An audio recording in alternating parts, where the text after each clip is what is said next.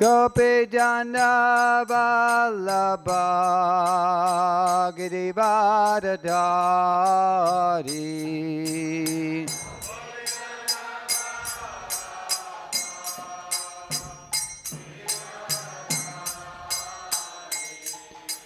Gopi Jana Vallabha Girivardhari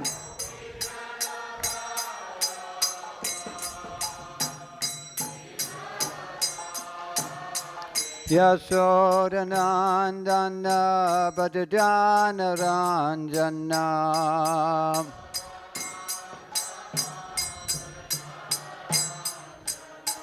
Yasodanandana Bhajana Ranjana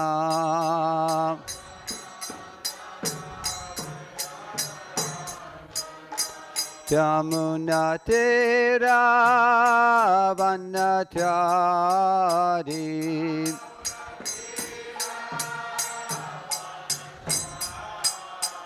Jamuna Tira Vanachari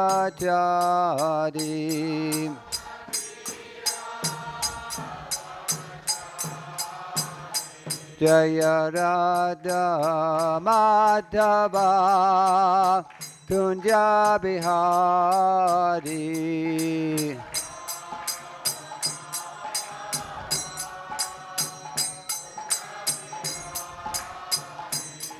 Jai Radha Madhava Kunja Bihari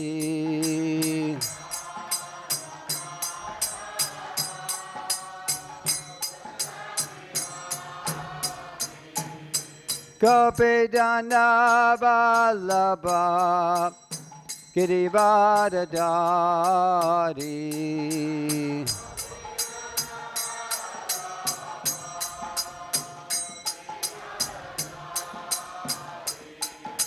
Gopi Jana Vallabha Girivardhari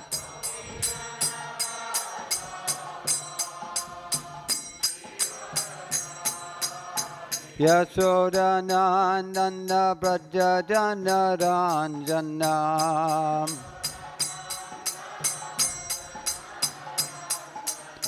Yasodanandana Brajajana Ranjana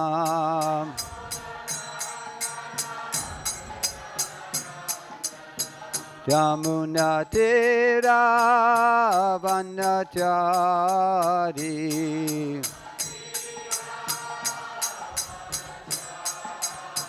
Jamuna Tira Vanachari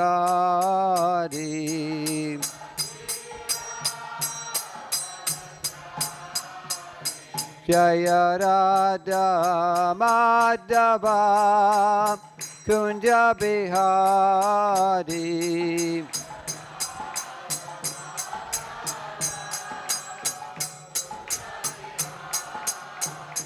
Jaya Radha Madhava Kunja Bihari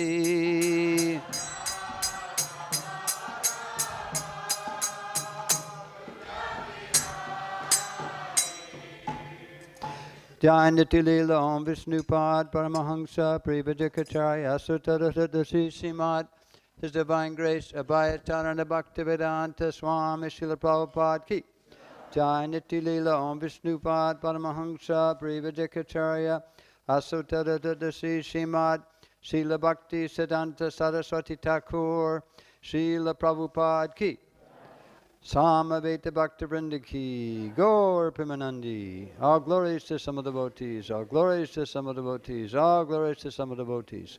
All glories to Sisi Guru and Gauranga. Namo Om Vishnu Vidaya Krishna Bhutale Srimati Bhakti Vedanta Samati Namane Namaste Saraswata Devi Gauravani Vitarni Nivase Sasinuadi Pasatade Satarni. Om Namo Bhagavate Vasudevaya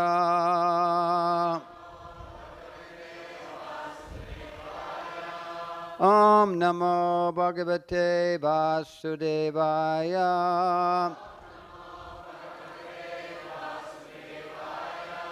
Om Namo Bhagavate Vasudevaya.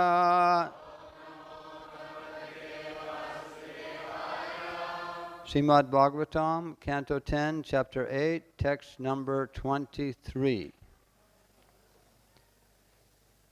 So does anyone know which meter? Is it the Brahma Samhita meter? Okay, good. Thank you. So we will start out with the Sanskrit. Tan Mataro Nija Suto Grinaya Snuvantyo Pankaga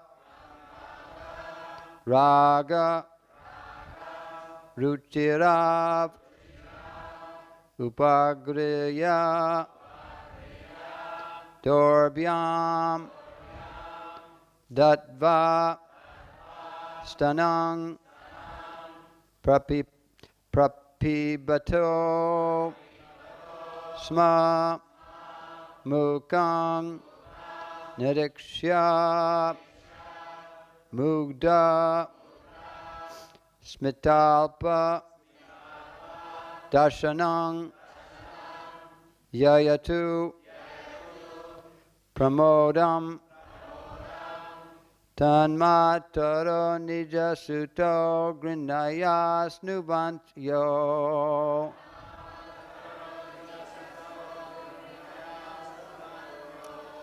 Tanmantaro Nijasuto Grinayas Nubantyo.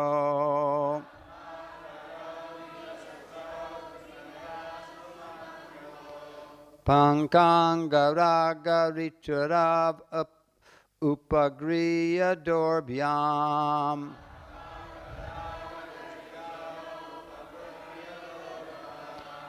Pankangaraga Ruchirav Upagriya Dorbhyam.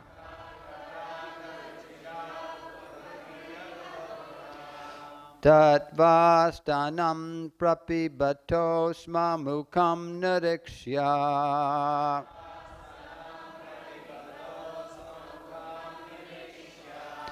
Tatvastanam Prapibato Sma Mukam Nirikshya.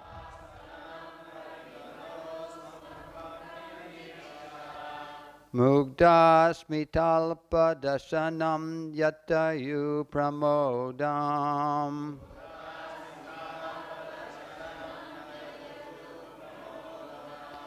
Mugda Smitalpa Dasanam Yayatu Pramodam.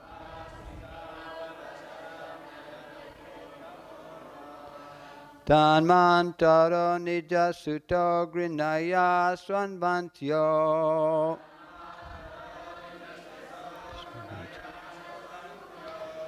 Pankangaraga Ruchira Upagriya Dorbhyam.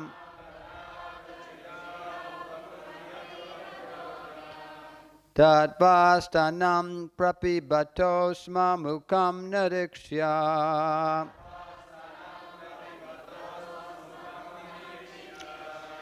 Mugda Smitalpa Dasanam Yayatu Pramodam.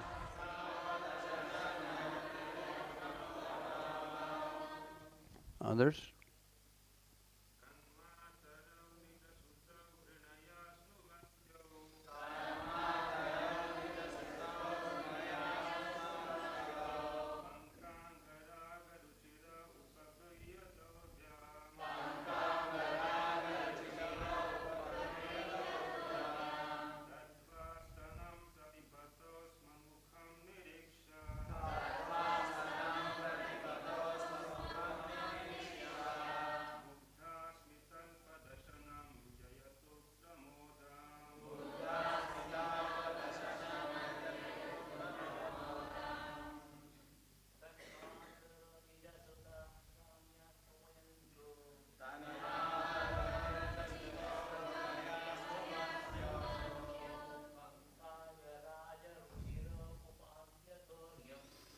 Gangara Gaurutira Upagriya Dorbyam.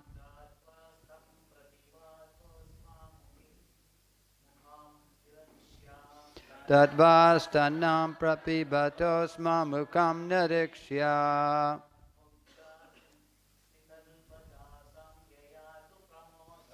Mugdasmitalpadasanam yayatu pramodam. Matajis?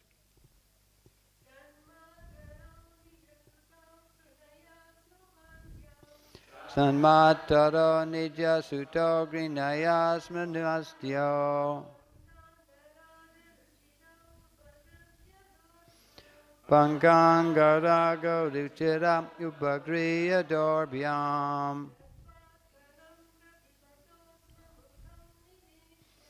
Dadvastanam prapibatos mamukam narikshya.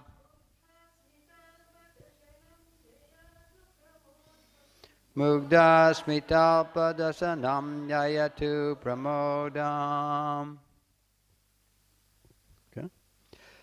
Tatmataro. Their mothers, Rohini and Yashoda.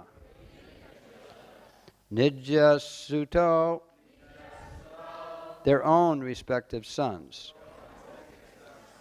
Grinaya, with great affection. Snuvant yo, allowed to suck the flowing milk from their breasts very happily. Panka angaraja ruchiro, whose beautiful transcendental bodies were covered with muddy cow dung and urine. Upagriya, taken care of. Dorbyam, by their arms. Dadva, delivering them. Stanam, the breast. Prapibato, when the babies were sucking. Sma, indeed. Mukam, the mouth. Nirikshya, and sing. Mugda smita alpadasanam, smiling with little teeth coming out of their mouths. They were more and more attracted. Yayatu, and enjoyed. Pramodam, transcendental bliss. Translation. Dressed with muddy earth mixed with cow dung and cow urine, the babies looked very beautiful. And they went, and when they went to their mothers, both Yashoda and Rohini picked them up with great affection, embraced them, and allowed them to suck the milk flowing from their breasts. While sucking the breast, the babies smiled, and their small teeth were visible. Their mothers, upon seeing those beautiful teeth, enjoyed great transcendental bliss. Responsibly, please. Dressed with muddy earth, mixed with cow dung and cow urine, the babies looked very beautiful. And when they went to their mothers, both Yashoda and Rohini picked them up with great affection, embraced them, and allowed them to suck the milk flowing from their breasts. While sucking the breast, the babies smiled, and their small teeth were visible. Their mothers, upon seeing those beautiful teeth, enjoyed great transcendental bliss. Purport by His Divine Grace A.C. Bhaktivedanta Swami Srila Prabhupada Ki Jai. As the mothers cared for their respective babies, by the arrangement of Yoga Maya, the babies thought, "Here is my mother." And the mothers thought, "Here is my son."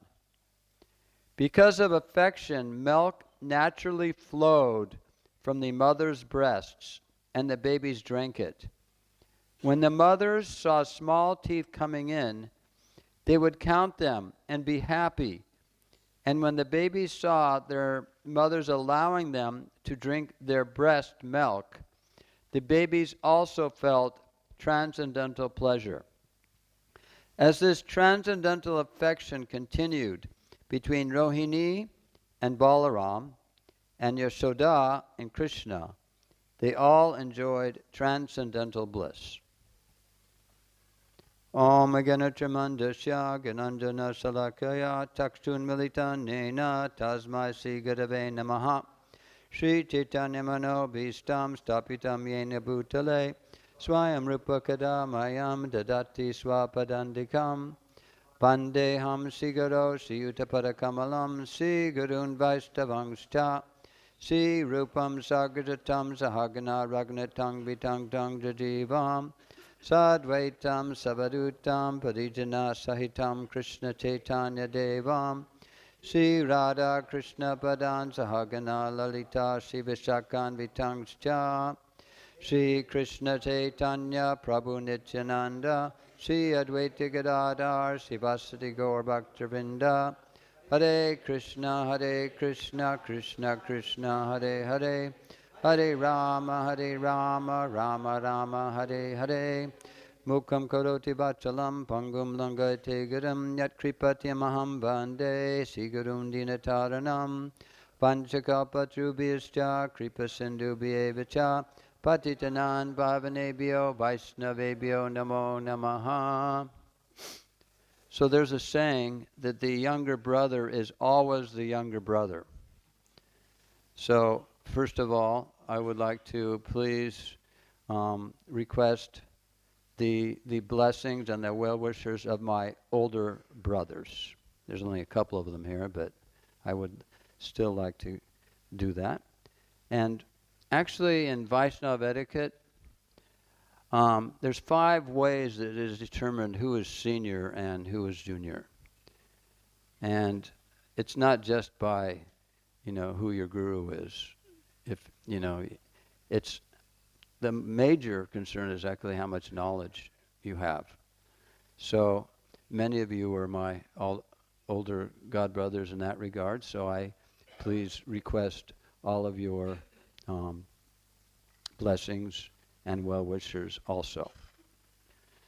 So this section of the Srimad Bhagavatam is all about Leela. And today, however, is the disappearance day of Madhvacharya. Now, Madhvacharya is all about tattva. So we can have a little bit of Leela and a little bit of tattva. So actually this shloka fits right into talking about Madhvacharya. Has anyone here been to Udupi? How many of you been to Udupi? Okay. What is the deity in Udupi? Who is it?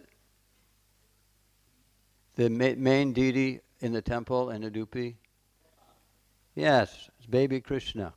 Okay?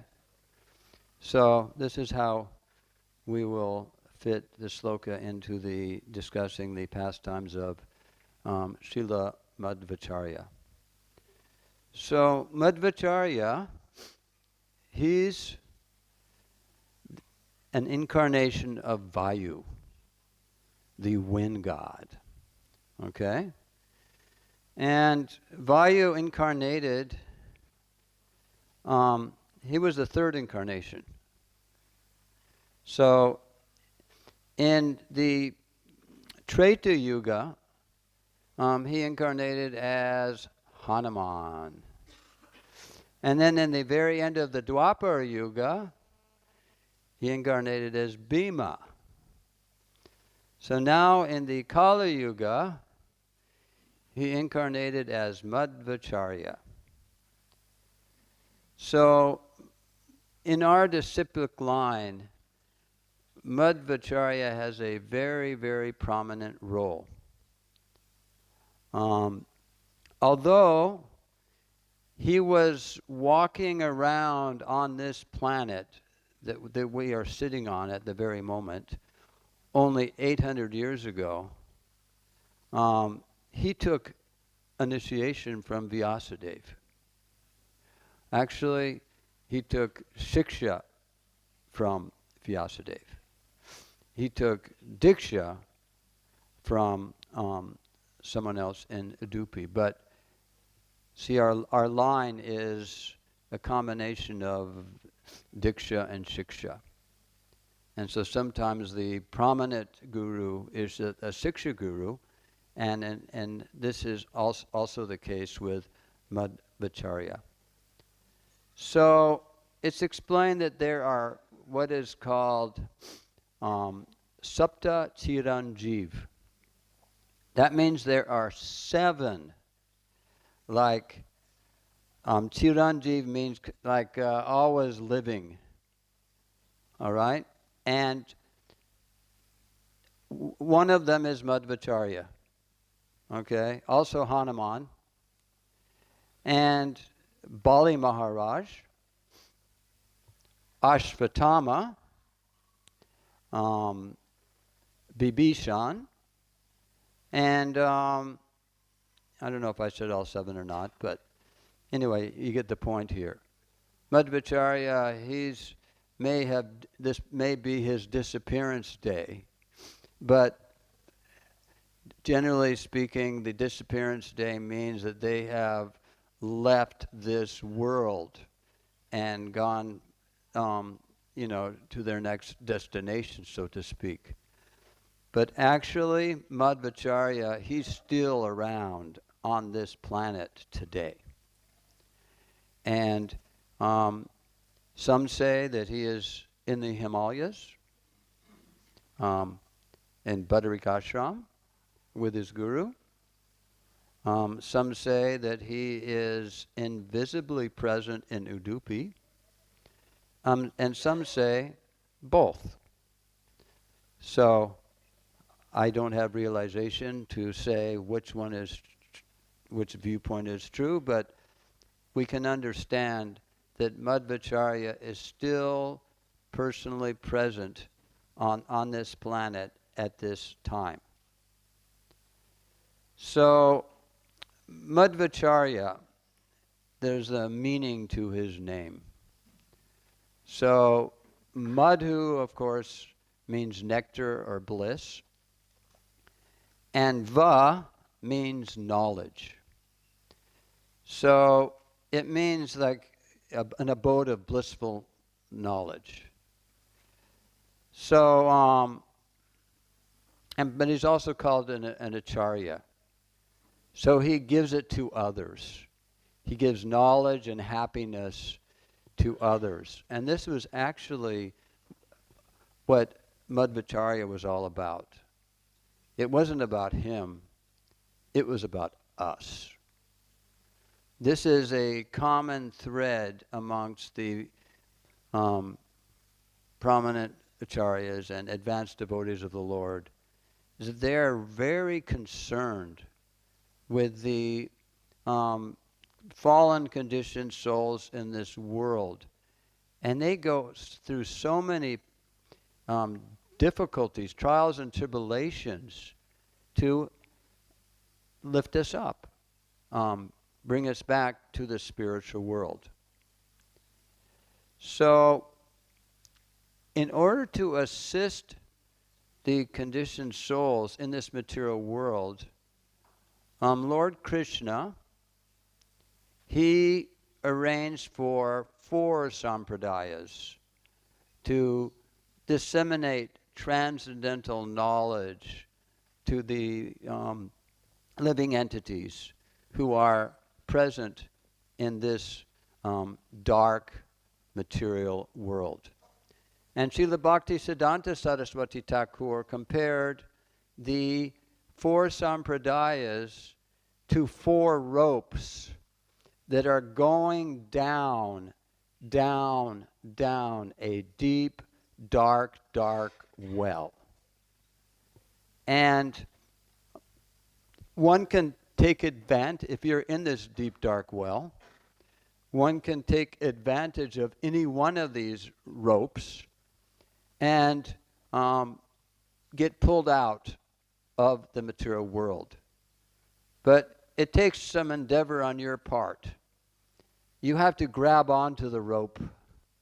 You can't just like, oh, please help me, and then not do anything. You have to, grab onto the rope. And that means that you take shelter of a spiritual master in one of these disciplic successions. Tadvidi pranipatena pariprasnena seveya upadekshanti te jnanam jnaninas tattvadarshana. So try to learn the truth, not directly from Krishna, but through the via medium of the spiritual master. And by the mercy of Krishna, the spiritual master is empowered to help you. There's this one pastime that I heard. I don't know where it came from, so please don't ask. But it's philosophically correct. Krishna, he was eating lunch. Rukmini had served him lunch. And he was right in the middle of it. And all of a sudden he told Rukmini, excuse me, but I have some business to attend to. I'll be right back. Right in the middle of his lunch. And Rukmini asked him, well, what's going on here? Can you wait until, after you finish your meal? And he says, no, one of my devotees is praying to my pure devotee and needs some help, so I just have to go and help him now. He's in urgent need. So if it's actually more powerful to pray to the pure devotee than it is to Krishna. Because Krishna, he will undergo, leave in the middle of his meal. What do we do that? If there's something going on, and so many times, I know nowadays, even a phone rings, and we're eating lunch, and says, I'll just, I'll attend to it later. But Krishna, he's attentive to his devotees. He cares about his parts and parcels intensely. And because Madhvacharya is a pure devotee of the Supreme Personality of Godhead, he has these qualities in his character also. So he,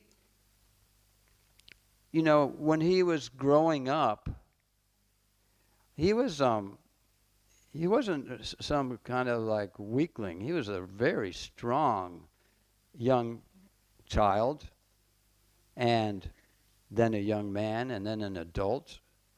After all, he's the incarnation of Vayu, along with Hanuman and Bhima. So, quite stout and strong. And he was just like an infant. And he was playing outside his village home near Udupi, which is in the present day state of Karnataka. Okay. I've been there. I just don't remember the name. And a snake came. And he just stepped on it and pushed its head into the rock and killed it. And to this day, you can see the imprint of a snake in a rock. Also, when he got a little older, his father was not so savvy in making money. He was a poor Brahmin.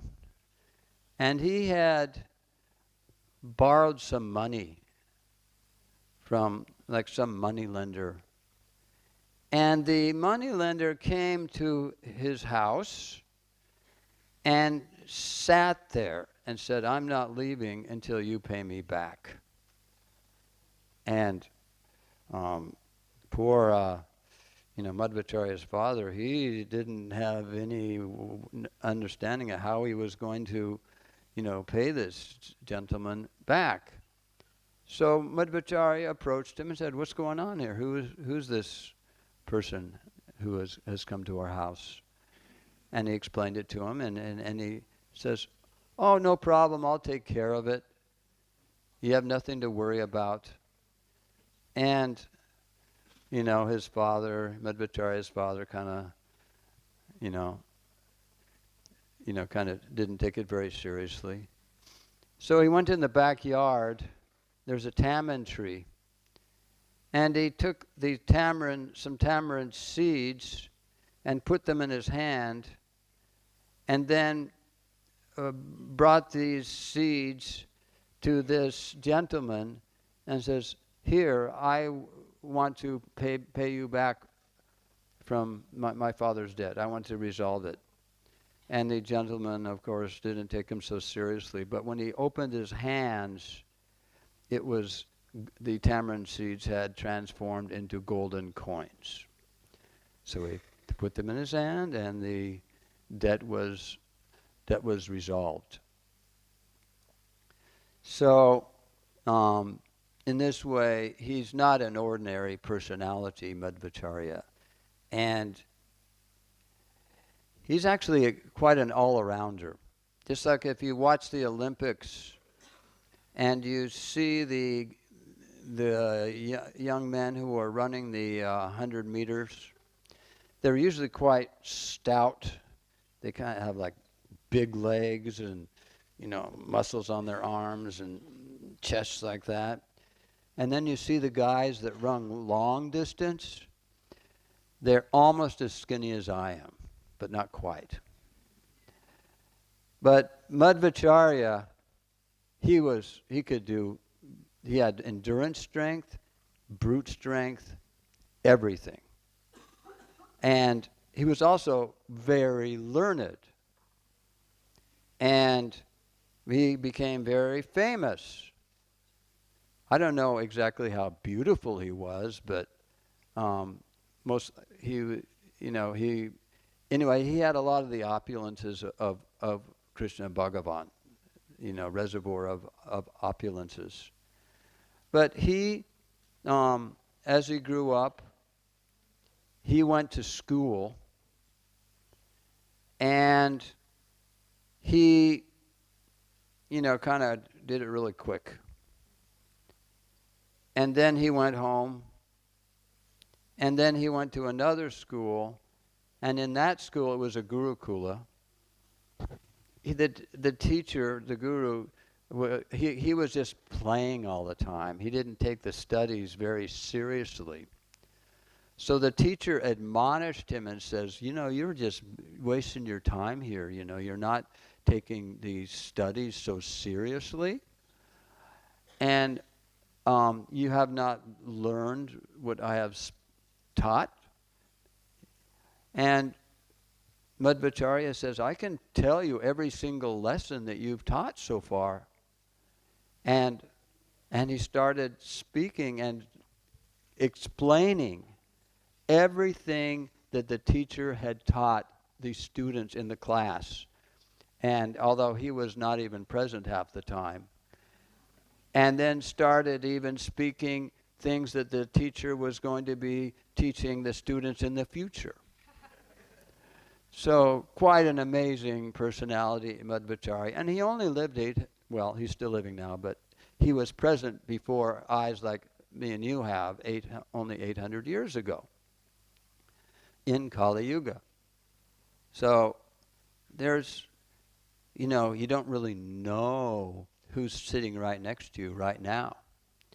We all have to be kind of careful because they might be a very exalted personality. And in this way, if we live according to this kind of rule, we'll always be very gentle and very kind to every single living entity that we come across, especially devotees.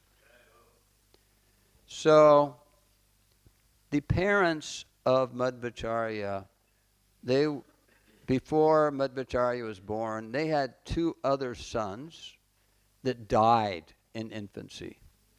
So they were so attached to Madhvacharya.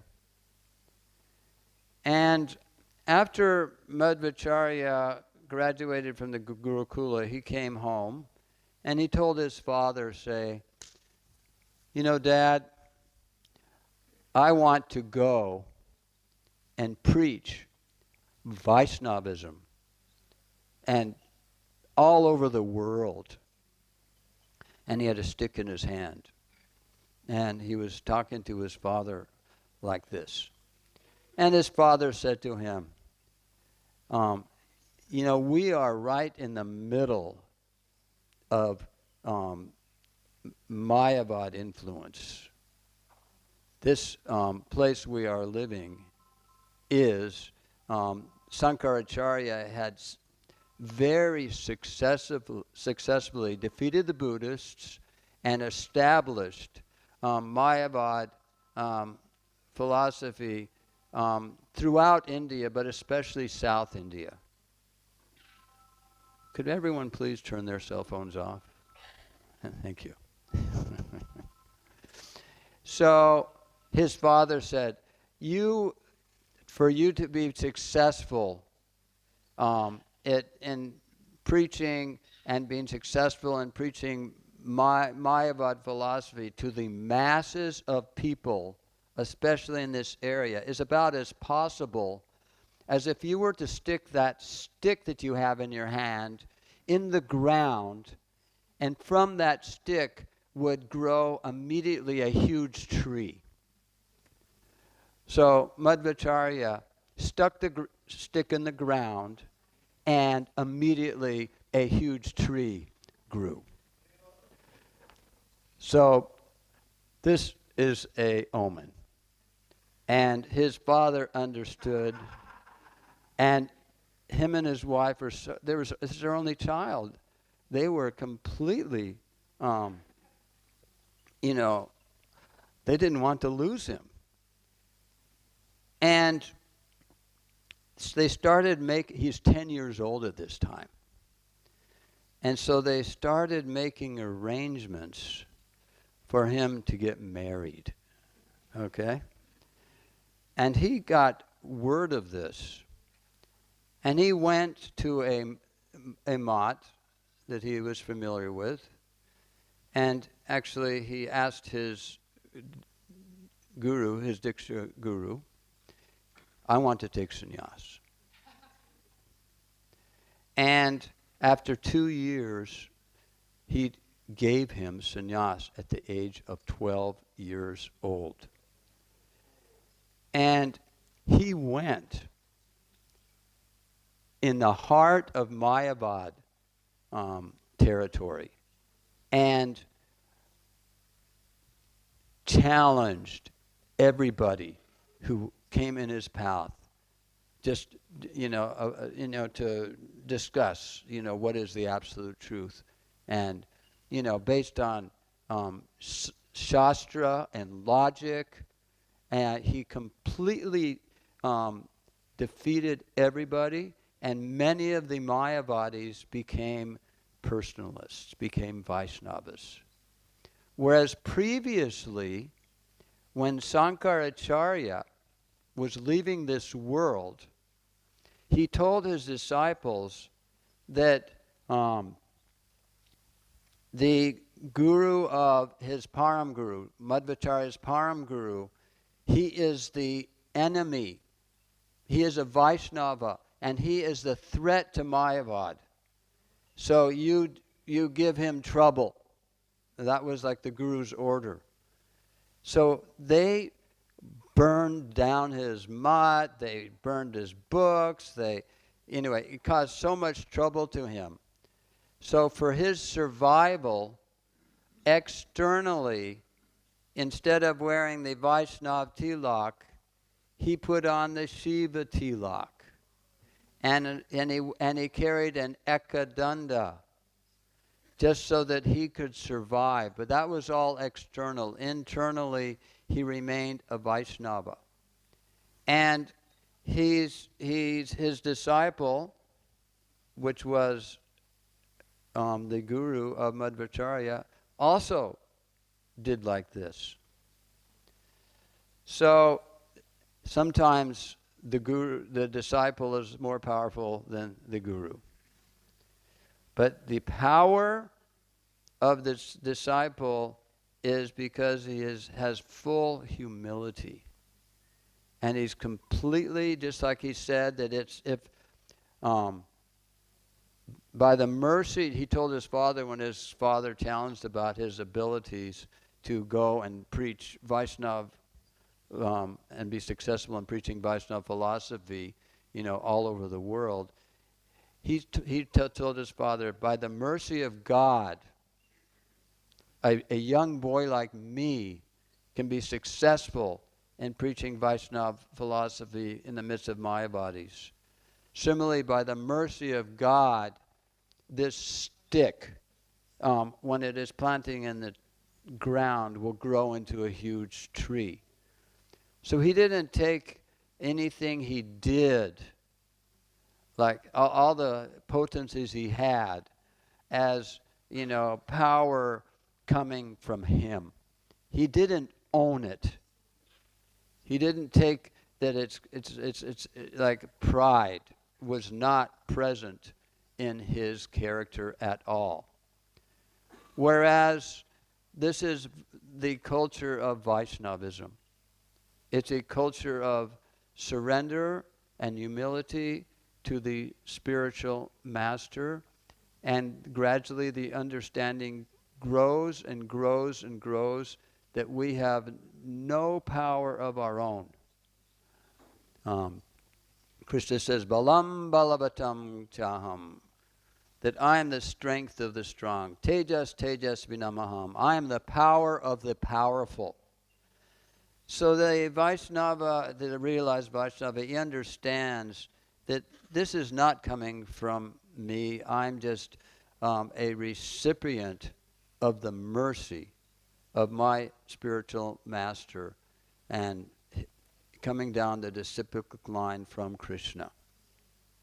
And so in this way, despite his extreme power to go in the midst of the Vaishnav, the Mayavadi territory, and successfully preach Krishna consciousness, he remained a humble servant. And while doing this, he started to gather disciples. And he gathered a large following. And he started training his disciples. And one time, he decided to go to Badrinath. And on the way, he can walk fast and long distance. He doesn't just, like these guys in the Olympics that run the 100 meter, they just run 100 meters and they're exhausted. But Madhvacharya, he walked fast, and he walked fast, and he walked fast for a long time, and his disciples were having an extremely hard time keeping up with him. So he told them, you just wait here. I'll be right back. And he started jumping. He was up in the Himalayas, and he started jumping from mountaintop to mountaintop to mountaintop. All right, until he reached Badarikashram. And there he had darshan of Vyasadeva. And Vyasadeva blessed him and gave him encouraged him to continue translating the Vedic literatures and writing commentaries on them, and to preach to the general masses of people. So then he, paid his respects and jumped from one mountaintop to the next and came back to his disciples. And on the way back home, they were attacked by some dacoits. No problem for Madhvacharya. He finished them off very easily. And then later, they were attacked by a tiger, and he wrestled the tiger and drove it away. So, anyway, just so many instances of, Madhvacharya's potencies in various ways. It's like a superhero. And in more ways than one. In modern day superheroes, they can just fight and, destroy the mischief mongers. But Madhvacharya, he destroyed the demon within the heart of the living entity, and encourage them to surrender to the Supreme Personality of Godhead via a bona fide spiritual master. So this is a real superhero. So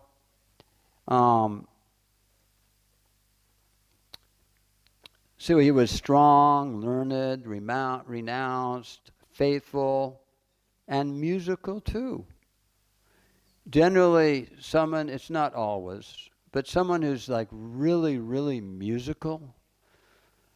In astrology, what does that mean? They have a strong Venus. Okay? And it's not always true, but it's a general trait of someone who is very, very musically inclined. They have a very strong, enjoying spirit also. But not Madhvacharya. He composed so many songs and could sing very, very nicely in glorification of the Supreme Lord. But he was completely renounced and had no desire for sense gratification whatsoever. So when Madhvacharya came back to Udupi after going to Badrikashram, he established 8 mutts, and he initiated 8 of his brahmacharis into sannyas. And he placed all those sannyasis in charge of the different mutts. And so then all his disciples became like servants of these sannyasis. And so this is how he started what is now present-day Udupi. But there wasn't that Krishna temple yet. So what happened is he went to take bath one day, and while it's about a 2-mile walk to the ocean from Udupi. And while on the way, he was composing bhajans and songs in glorification of Krishna. And he, when he came to the sea, he saw a ship that had got stuck. They didn't have sonar in those days. So there was some, the ship hit sand in the bottom of the ocean. The water wasn't very deep at that spot, and it was completely stuck. So he took the uttarayana, whatever it's called, the top cloth from the sannyasi, and just kind of like casually waved it. And it created such a wind that the boat became unstuck. And the captain of the ship was so thankful to Madhvacharya that he told Madhvacharya, you can have anything you want on this ship. Anything you see on this ship that you want, you can have it. Madhvacharya says, what do I don't need anything. I'm completely, he's self-satisfied. He's Atmarama. He doesn't, it was a ship that carried goods, so to speak. But then he saw a chunk of chandan, which is being used as a ballast. Now, a ballast is a weight, a very heavy weight that you put in the very center of the boat at the bottom, and it keeps the boat from tipping from side to side. This weight right in the very middle. And it was extremely heavy. So he says, I'll take that. I can use some chandan. Got a lot of disciples here. We put on tilak. And so he gave it to him. And it took ordinarily 35 men to pick this up. He just kind of grabbed it with one hand, the other hand on his hip, picked it up and walked back, started walking back to Udupi with this, extremely heavy piece of chandan. And while on the way back, it cracked open. And in the middle of this chandan is a deity of Krishna. And this is the deity that is now installed in the 9th mutt. There's 8 mutts surrounding this mutt. This is the Krishna mutt. So he went back and he installed this deity, had a temple built, and installed this deity in the temple. And the deity's facing east, according to Vastu. But one day a Sudra was behind the deity and praying fervently, and Krishna turned around for the Sudra to give him his darshan. And so now the deity's facing west. Okay? So he established the system of the 8 mutts, and it is still going on today, 800 years later. You go to Udupi, there's 8 mutts. There's a sannyasi, and these sannyasis, they have quite a good track record. There's only one instance that, in my recollection, that I used to live down there, that one sannyasi got married, that's it. They choose their sannyasis according to astrological calculations that at very young age, just like Madhvacharya took sannyas at 12, these boys that are in the Gurukula, they check their astrological charts out, and if he has like a sannyas yoga, or in somehow or other it's indicated that he will be a successful sannyasi, they initiate boys as sannyasis, and they grow up as sannyasis, and they've been quite successful. To this day at that. So there's one more thing I'd like to say about this deity, and then I'll open up for any questions or comments because time is getting late. There's a history for this deity. This ship that came and got stuck came from Dwarka. And this deity was given to Rukmini by Krishna. So Rukmini was very attracted to Vrindavan pastimes. And she heard that when Krishna came back from Vrindavan to Mathura, that Devaki was feeling like left out because, like in this shloka here, she missed out on seeing the little teeth poking up through the gums of his mouth that become visible once, the baby's sucking the breast. And she didn't get to see him like learning how to walk and falling down and learning how to talk and how he used to play with the cows and all these very attractive pastimes that Krishna exhibited in Vrindavan.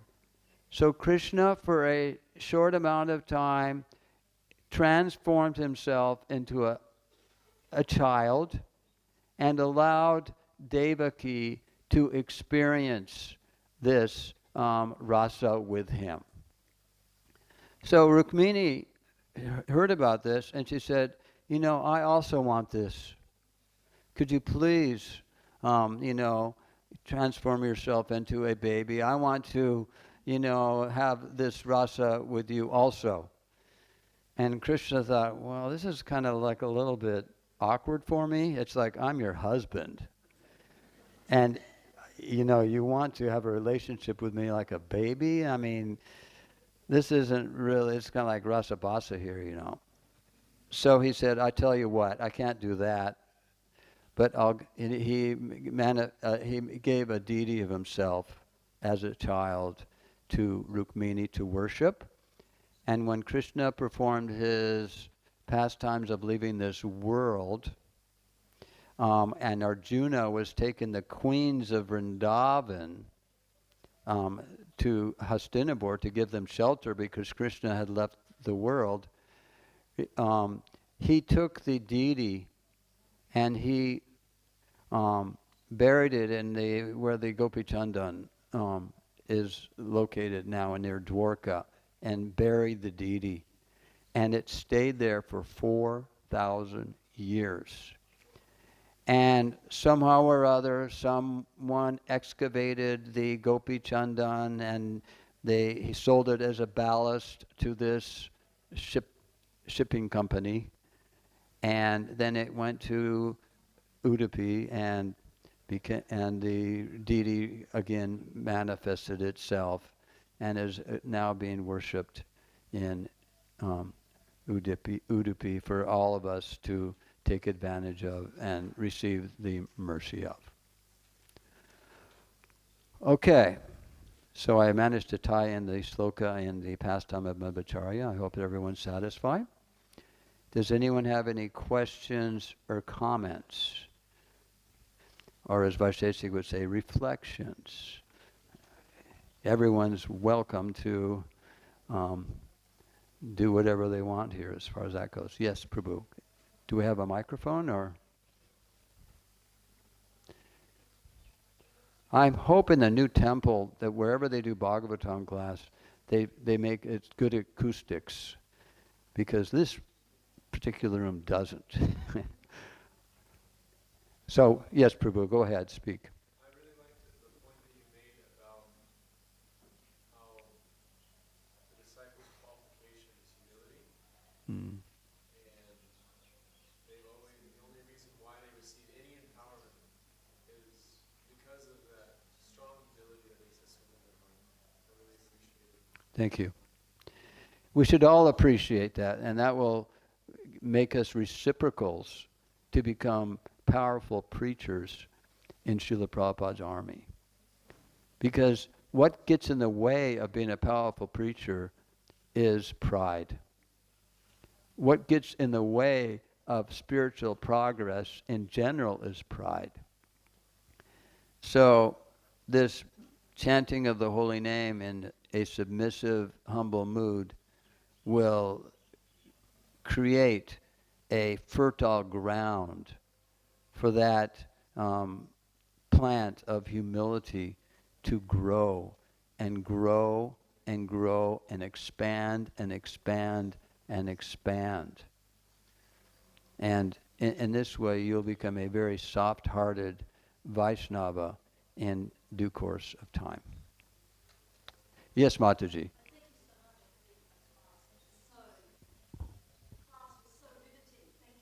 You're welcome.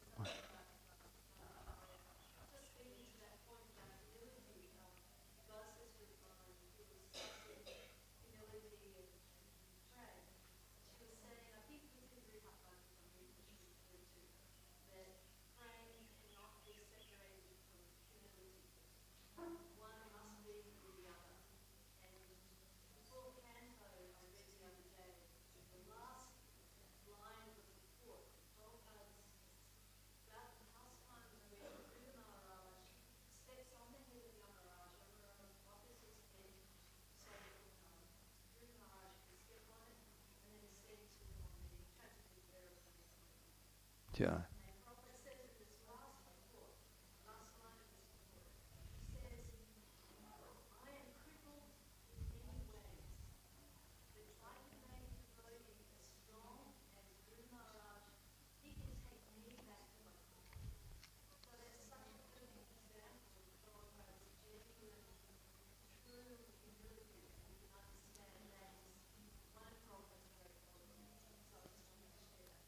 Thank you, Mataji. That's very, that brings tears to my eyes. I can't hear you, Prabhu. Oh, okay. She mentioned how Dhruva, in the pastimes of Dhruva, that it's humility and what go together? Prema and humility, they're like synonymous.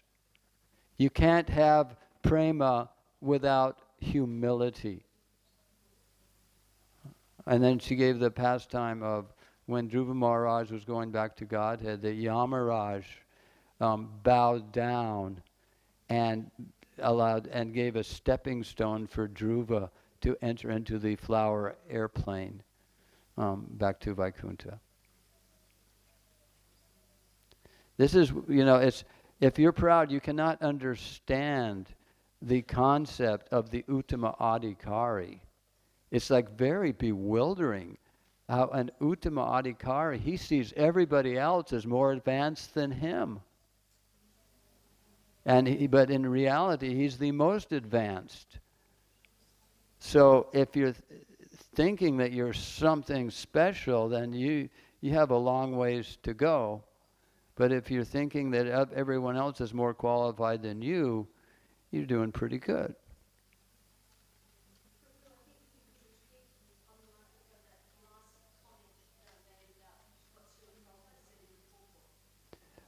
Okay, could you repeat it?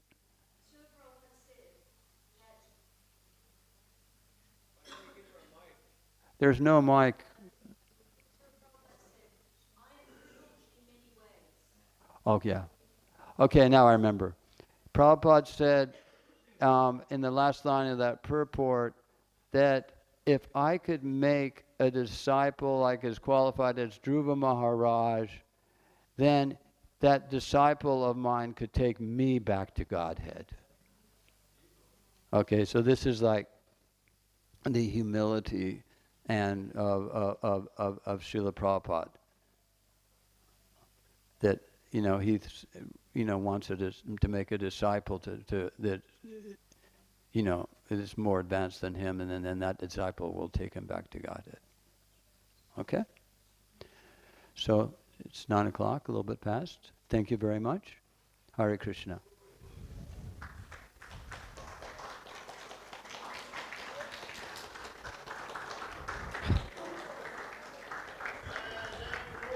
Hare Krishna.